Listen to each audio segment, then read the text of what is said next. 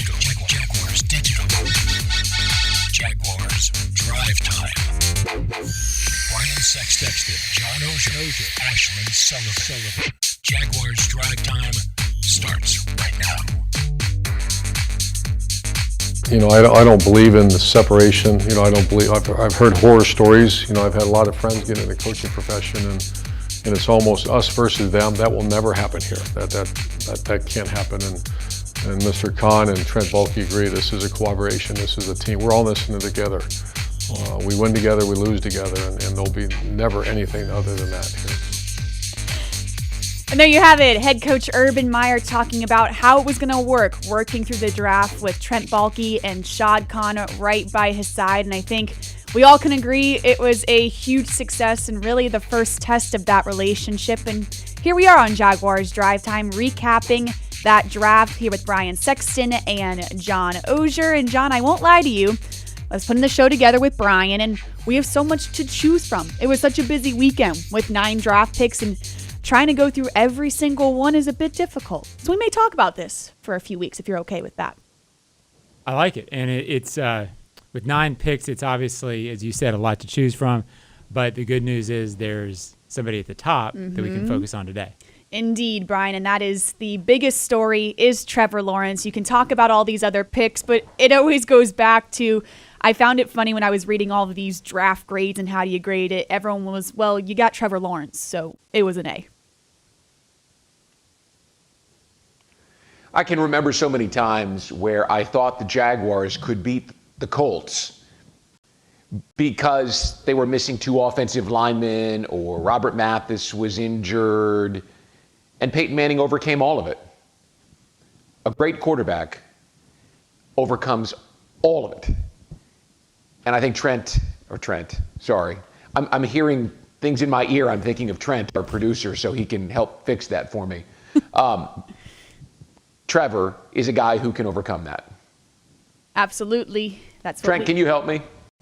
Oh, good, Brian. We'll get you carried away, and we will go through big things. Big thing 1 is day 1. That guy we were just talking about, Trevor Lawrence. The day was absolutely dominated by him, and it was a night that we all remember, whether you were in Cleveland like Brian or John and I here in Jacksonville. That draft party, when he was officially selected, the crowd erupted like it was 25,000 people in the stands when it was only 8. And the coolest thing was the very first thing that Trevor did was thank those fans that have so quickly adopted him into this city. And first of all, how excited I am to be coming down to Jacksonville. Couldn't be more excited. I think it's a great fit. Me and my family, we're just so excited to get down there. Thank you guys for all the support already. We're not even there yet, and we definitely feel the love and the support. And I'm really excited just to bring some energy to the city and do everything in my power to get us back to where we want to be. So thank you guys so much. This is going to be a really fun year, and just know that once I get there, all my focus, all my attention is to making us the best we can be. So thank you guys. Day 1, number 1 overall pick was Trevor Lawrence, and the 25th pick was his teammate at Clemson, running back Travis Etienne. They arrived here in Jacksonville on Friday, and then right away the Jaguars started day 2 of the draft on Friday night and added some premier positions: Tyson Campbell, Walker Little, Andre Cisco, a cornerback, offensive tackle, and safety. You can definitely say that all of those were positions of need, and Tyson Campbell said he's ready to work today. I do feel like, I'm a team guy. I'll do anything to help benefit the team, whether it be special teams or playing inside or playing outside at corner. But I'm all for the team and all about winning, so I'm just ready. And day 3, it was a long day on Saturday, adding positions of need once again and trading up to get some value. Jay Tufele, Jordan Smith, Luke Farrell, and Jalen Camp.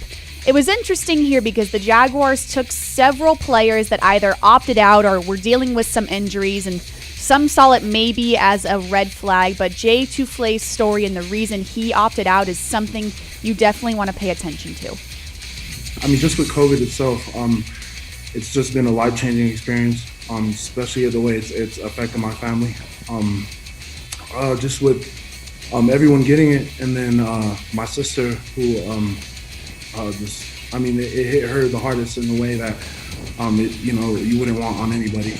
And it was very hard. And for me to have to go through that, and then just having the whole season and just the Pac-12 ending during that time, for me, I took it, just with the people that are close to me.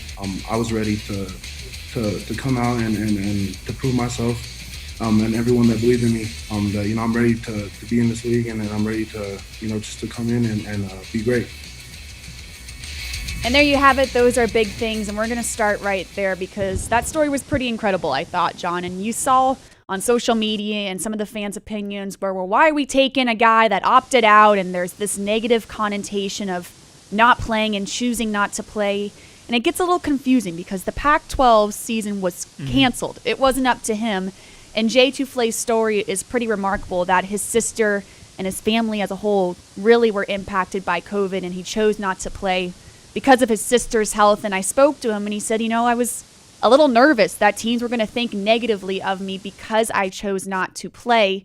For him in this story, it's kind of come full circle, and you can't help but root for this guy. Well, look, yes, that is a great story. From the football aspect of it, though, it seems to me the people who are questioning teams that took players who opted out are looking for a reason. It's sort of an easy next day draft grade thing. Mm-hmm. Oh, they took 2 players who opted out, so what are they? It doesn't make any sense to me because, as you said, if you think back about September, early October, August with the Pac-12, there was not going to be a season at some point.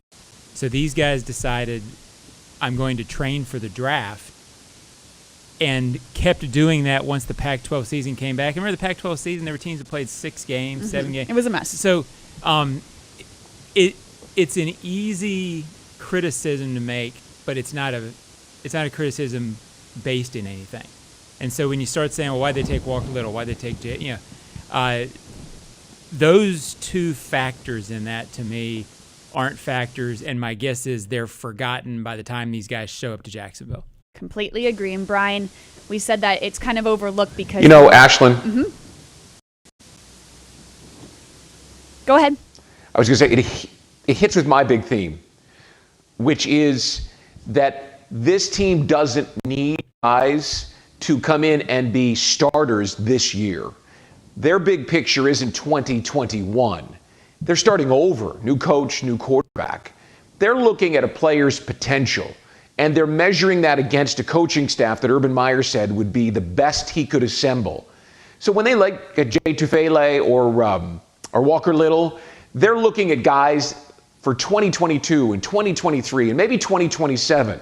They have the luxury this year of being able to take guys and not worry about what they did in 2020, but what they're going to do in 2023. Could not agree more. You're making picks for the future. But, John, there are some guys on this list that you look and say, he's got a real shot to be a starter this year, and at least in the least could come in and compete in training camp. Well, I'm not sure that Etienne is going to, quote, start. Mm-hmm. But I think we get too caught up in the NFL these days about who starts. That was a huge theme over draft weekend. They take Etienne. They take Campbell. Well, where are they going to start? Well, this is not a depth chart league. The depth chart that you see online when you go on Jaguars.com lists 2 cornerbacks as starters, and everybody gets caught up, well, he's a starter. Tyson Campbell will be a starter in the sense that I anticipate he'll be the nickelback, and I anticipate that means he'll play 65% of the plays. Travis Etienne will be a starter in the sense that when you listen to Urban Meyer talk about this draft, he wanted an impact offensive player early who could make a huge play. If Etienne plays 20 plays, Ashlyn, and gets 3 first downs and a touchdown, is he a starter? I don't know if he's a starter or not, but he matters. Yeah, and that's what they were trying to do. So stop worrying so much about the starters and is he going to start or is James Robinson going to start? That matters maybe on Thursday when I'm trying to write my team preview for the game. It doesn't matter much in the second quarter on Sunday when they're trying to convert a first down, right? And Etienne picks up 3rd and 6 because he shakes a guy. Then all of a sudden nobody cares if he was a starter or not. He made the play. Yeah. Dang it. fired Get up off my about lawn, this. Get Sean. off my lawn. And Brian, that was the biggest thing at the draft party. We heard the press conference in the stadium, and head coach Urban Meyer said, okay, well, you have James Robinson, you have Carlos Hyde, and Travis Etienne. You know, he could really be a third down back. And everyone was like, oh my gosh, why are you taking that for a third down back? But Third down counts, Slim. it does. It's a really big down, and it's important. So I think the whole thing was kind of blown out of proportion. Well, I don't think there's a first or second down conversion stat that's thrown out there anywhere. It's third down, so you're right. It's a very important one. But, I've heard him mentioned in the same breath as Percy Harvin in the last couple of days. And Percy Harvin wasn't a running back or a receiver. God forbid I use this term. He was an offensive weapon. He was a player that they used to create mismatches. And it sounds to me like Travis Etienne can be that guy they line up in the slot. They can put him wide. They can motion him out of the backfield. There's a lot of different ways they can deploy him with Colin Johnson and Laviska Shenault and DJ Chark on the field at the same time. So stop thinking about him as a running back and think about him as a guy who touches the ball 12 to 15 times a game. That's the way I see him, at least. Mm-hmm. Can't put him in that one single role. A dynamic player with a lot of value at the 25th pick. And that is big things. When we come back, we talk even more about this NFL draft with hot takes coming up right here on Jags Drive Time. Jags Drive Time is presented in part by TIAA Bank. Created to serve, built to perform. By Publix, where shopping is a pleasure.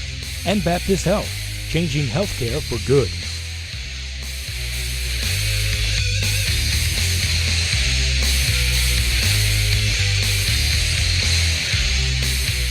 Dreamfinders Homes has a simple commitment to their home buyers. Deliver unsurpassed quality, uncompromising value, and an extraordinary level of customization you simply won't find with other home builders. With over 40 communities to choose from, you'll find a location you love and the home of your dreams. Dreamfinders has townhomes, single-family homes, and custom estate homes starting from the high 100s and a wide selection of move-in ready homes. Quality, value, customization. That's the Dreamfinders difference. Call 904-738-0165 or online at dreamfindershomes.com. Dreamfinders Homes, the official home builder of the Jacksonville Jaguars. Prices subject to change without notice. Equal housing opportunity. Whether you're going coast to coast or running a quick out, Ford trucks and SUVs are built to turn any drive into a winning one. America's best-selling brand puts the biscuit in the basket with a versatile lineup of SUVs, including Ford Explorer, Escape, Expedition, and the all-new Bronco Sport. The playmaking F-150 and the Go-To Super Duty continue their dynasty as the best-selling truck in America for 44 years straight. Break away and visit your local Ford dealer today. Best-selling brand based on 2010 through 2020 CY total sales. 44-year claim based on 1977 through 2020 CY total sales. We've been through a lot this past year, but there's light at the end of the tunnel and comfort in knowing we don't just have good things to look forward to. Some have been with us all along. Because no matter what happens out in the world, our pets are always there for us, and we are always there for them. Pet Paradise. It's a new day in pet care.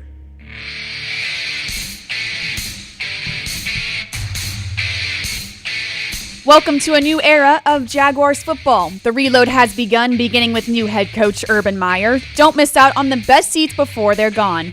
Lock in your tickets now for the 2021 season at Jaguars.com. We're back, Jags Drive Time, sponsored by Jet HomeLoans this lovely Tuesday morning, recapping the 2021 NFL Draft. It was a very busy weekend, but an exciting one that we will remember for a long time. And with that, we have some hot takes for you on this morning. Brian, you're up.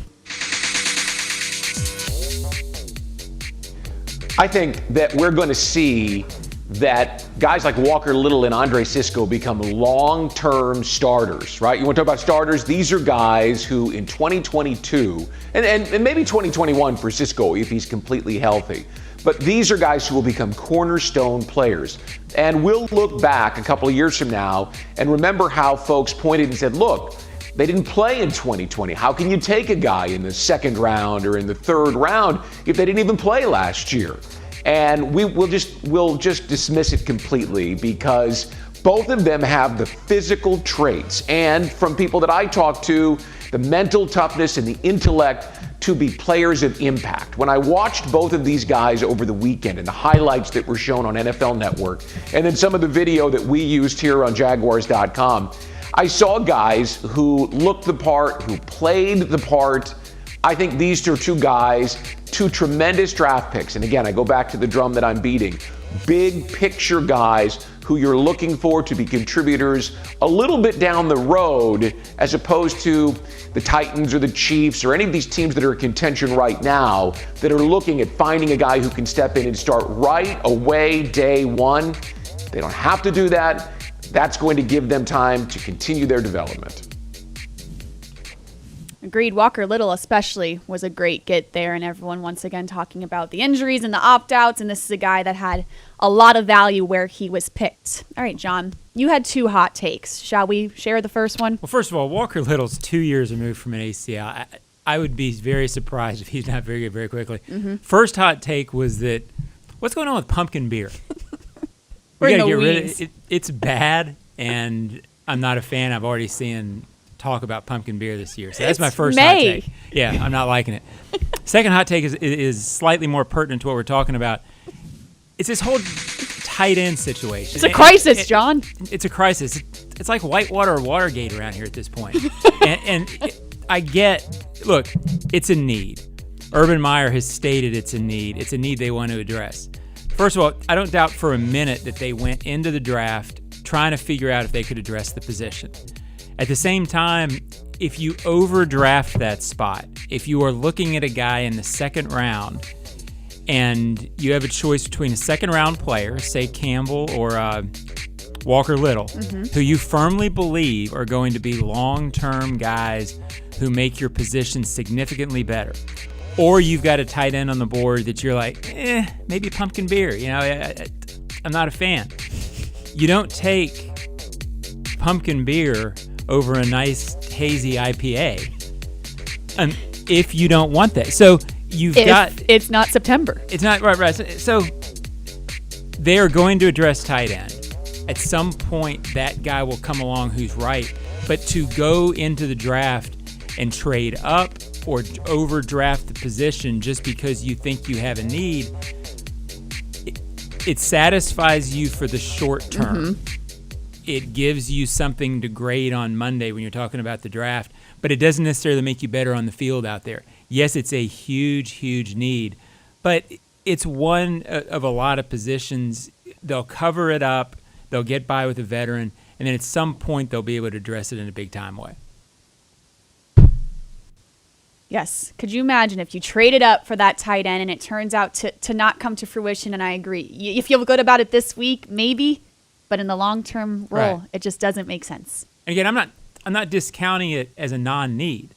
They know they need it. Yeah, he said it. But if it's not there, sometimes the draft board doesn't fall your way. Mm-hmm. And the worst thing you can do is force it. We have talked for years around here about forced picks. Well, then you get mad when they don't do it. So you can't make everyone happy. Right. Especially not me. All right. My hot take is, yes, about the draft, but more about these undrafted free agents that the Jaguars have signed, and only 6 of them this year, which is a bit of a change. We're used to a lot of them being signed, but there are 2 in particular that we should pay attention to, and that is Dylan Moses out of Alabama, a linebacker, and Josh Imador-Bebe. Maybe I said that right? Maybe. Nice. Yeah, I looked at the pronunciation. I practiced it a few times. Who knows if I said it correctly, but he is a wide receiver out of Illinois, and both of these guys have been described as freak athletes. Dylan Moses out of Alabama has been dealing with an injury, and a lot of them are shocked as why he fell off the draft boards, and many teams took him off because of those knee injuries, but this is a guy that everyone is really surprised did not get drafted, and the Jaguars have signed him.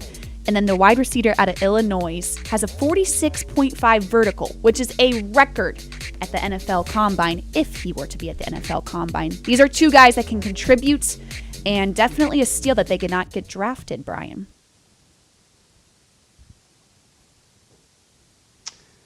Yeah, the Moses kid in particular is someone that we know, having watched him in the Southeastern Conference. And it goes back to the big picture. They don't need Dylan Moses to come in and contribute on special teams this year or work his way into the lineup. They can afford him more time to rehabilitate his injury and to learn their system. The big picture is so beautiful here right now. The quarterback, the coach, the culture, all of these things are coming together to allow them to take a deep breath and be patient. And you know, the Jaguars franchise has been stuck in this hamster on a wheel sort of mentality. You know, we're losing, we gotta win, we gotta win, we gotta win. And that's created some reaches during the draft, some overspenditures, overarching expenditures in free agency. When you're desperate, and this team has been desperate for a long time, you make mistakes. They don't have to be desperate right now. No one's expecting this to be a playoff team in 2021. I don't even know if anybody can reasonably say what they expect them to be in terms of a win-loss record. But what you can expect them to be is calm and deliberate and patient, because it is a unique position they find themselves in right now. Absolutely. You want to get off the hamster wheel? And it looks like they're finally off of it. It's a good thing. Yeah, I'm excited about Dylan Moses. He's exactly what you take a chance on in unrestricted free agency. I mean, in collegiate free agency. It's no risk. He will have time to develop. He's clearly a talent. Sometimes with that knee, it takes a year. He played this past year. He didn't play quite to the level. I saw a quote from him in a story where he said basically he played through pain all year. Right. Well, you get that worked out. Inside linebacker, you know, the twitchiness of the knee doesn't matter quite as much as some other positions. He gets that knee worked out, gets back to close to what he was. He's got a chance to be a real asset. Yes, he does. A guy that led the Crimson Tide with 80 tackles in 2019. And if he rehabs that knee correctly, who knows what he could be. Possibly an impact player. So those are our hot takes when we come back on Jaguars Drive Time. Some Ozone Snapshot here on the Jaguars Digital Network. Jags Drive Time is presented in part by Dreamfinders Homes. Homes that fit your lifestyle. Next Grill. Everyone's invited. And Adecco. Visit ADECOUSA.com.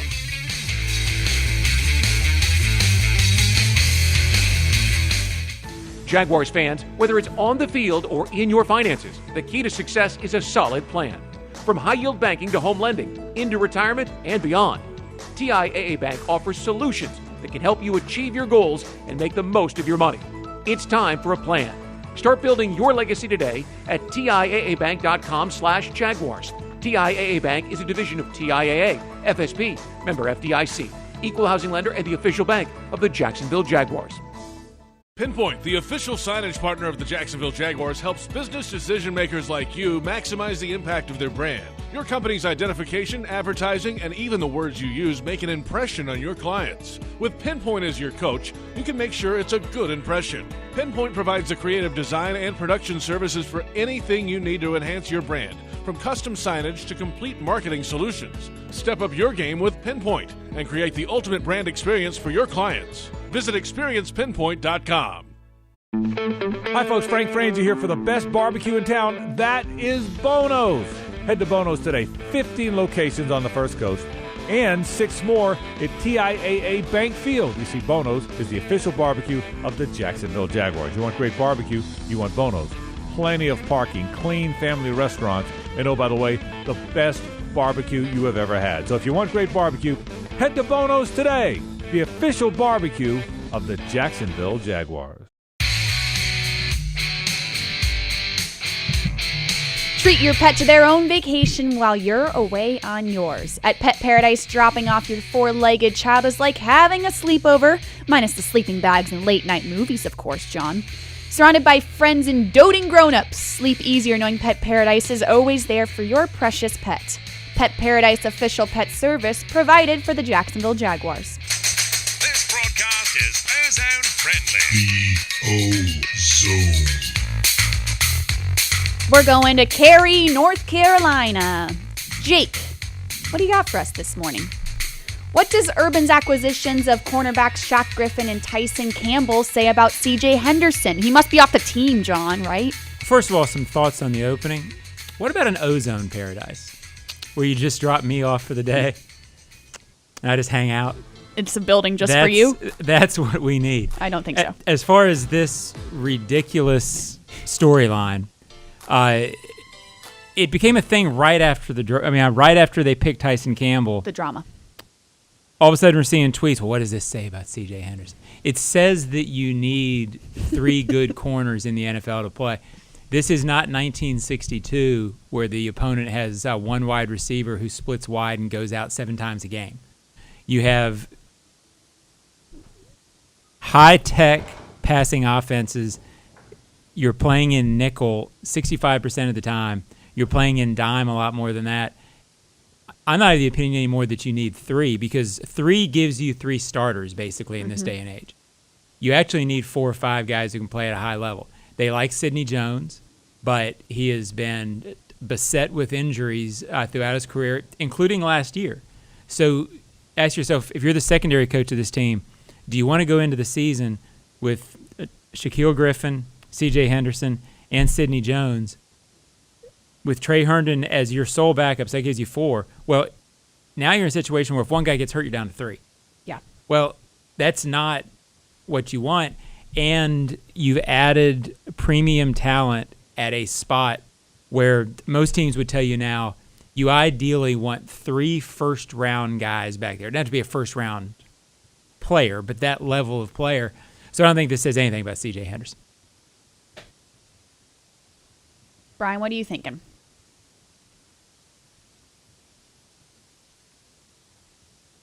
Maybe. No. Well, I agree with you, John. I think Brian's on strike. He is. No moss. On strike about C.J. Henderson. He had a lot of opinions about it. I couldn't hear. I couldn't hear. There's nothing to add. There's nothing. Can you hear me? Yes. Yes, we got you. There's nothing to add. I mean, it's a great player, or I shouldn't say great player. It's a premium position. You think he's got the potential to be a great player. When don't you need a great player? Absolutely. Sign me up. Let's go to St. Augustine. Richard. John, now that we have drafted Trevor Lawrence, I have a minor concern. He's listed as being 6'6" tall and weighing 213 pounds. I'm guessing the Jags will want him to add 10 to 12 pounds. Your thoughts? Yeah, I'm guessing he's right. But that's something that happens, when I was 22 or 23, unfortunately, I had a 30, which was a little much for me, Ashlyn. But for the most part, these guys come in and they put on weight naturally at that age. He will get bigger. They will put it on the right way. That will be a focus. If he doesn't add 10, I think he's still going to be okay. It's cutting My off for anticipation long is stretch. He will fill out, and in 2 years, he'll be listed at 220. He'll be at the weight they want. I think this is a short-term concern that gets worked out, or if worked out's even the right word. I don't think this will be a problem. But yeah, I think they'll want him to get up to around that 220 level. Being so tall, that would make sense. I haven't heard anything that makes me think that he won't be able to add it. Yeah, and this is a guy that for sure looks the part, and when you see him in pads, you really don't worry about it. I walked by when he was doing his photo shoot, and he had the whole uniform on, and I thought, this looks like a franchise quarterback. You don't think, you look at him and go, oh, he looks really skinny. I don't know. And it's a perfectly understandable question, and I've seen it talked about in the pre-draft. And again, I think it goes back to some of the the Sports Illustrated comments with the competitiveness. He's been on top since he was a freshman, which is 2.5, 3 years. It gives the entire football world things to pick apart. You're talking about him all the time. Yep. If the worst thing that we ever say about Trevor Lawrence is he's in too good a shape and he's a little too thin, let us all have that problem, Ashlyn. Right? That's a great problem to have. Sign me up for that. And that is Ozone Snapshot. We got one more segment for you here on Jags Drive Time. Stay with us.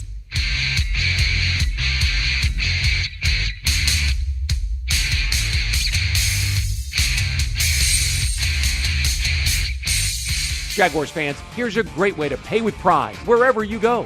Exclusively from TIAA Bank, the Jacksonville Jaguars Visa debit card comes with a fierce look and fantastic features, along with the convenience to make purchases online or at millions of locations worldwide. And it's yours, free, when you open a Yield Pledge checking account. Order yours today. Visit TIAABank.com/JagsCard. TIAA Bank is a division of TIAA, FSB, member FDIC, and the official bank of the Jacksonville Jaguars. Headquartered right here in Jacksonville, CSI Companies is one of the fastest growing staffing firms in the nation. As a proud partner of your Jacksonville Jaguars, CSI knows how important it is to find the right people for your team. See why some of Jacksonville's top companies choose CSI for their staffing needs. Visit CSICompanies.com or call 800-582-0828 today.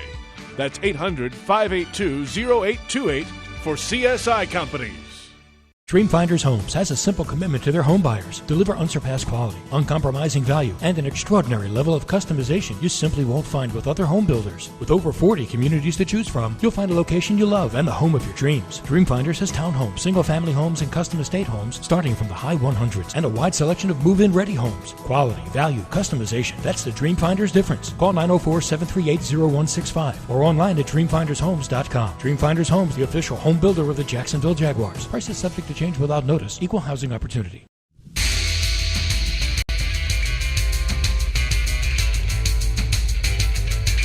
We're back, Jags Drive Time, Tuesday, brought to you by Jet HomeLoans. And it was a very busy weekend, and we have all kinds of content still to be posted on Jaguars.com, like exclusive conversations with Urban Meyer, Trent Baalke, Trevor Lawrence, Travis Etienne. The whole 2 T's things, I'm not going to lie, it's been a bit much for me to handle. But I'm getting used to it, John. How about you? I'm fine. You've always been fine. You've been fine since Thursday. John, what can we expect from you? Well, one thing that we did this year that was really cool, we had Bucky Brooks of NFL Media and Jaguars Media involved in our coverage. Mm-hmm. He's been great on the air. He's also helped me out with some written content, breaking down the draft. We went through day 1, day 2, and then wrapped it up at the end of the draft. That's already on the site. I'm hoping to catch up with David Shaw, the Stanford head coach, tomorrow to talk to him about Walker Little. Very and cool. I also have Judy Batista of the NFL Network on the Ozone podcast. So busy boy over here. Wow. Now that's a hard-working man. Earn your paycheck. Well done, John. Every once in a while. Yeah. Caught you on a good week. And that's Jags Drive Time. Thanks for tuning in with us. We will see you right here, same time next week. Jaguars Happy Hour on Thursday.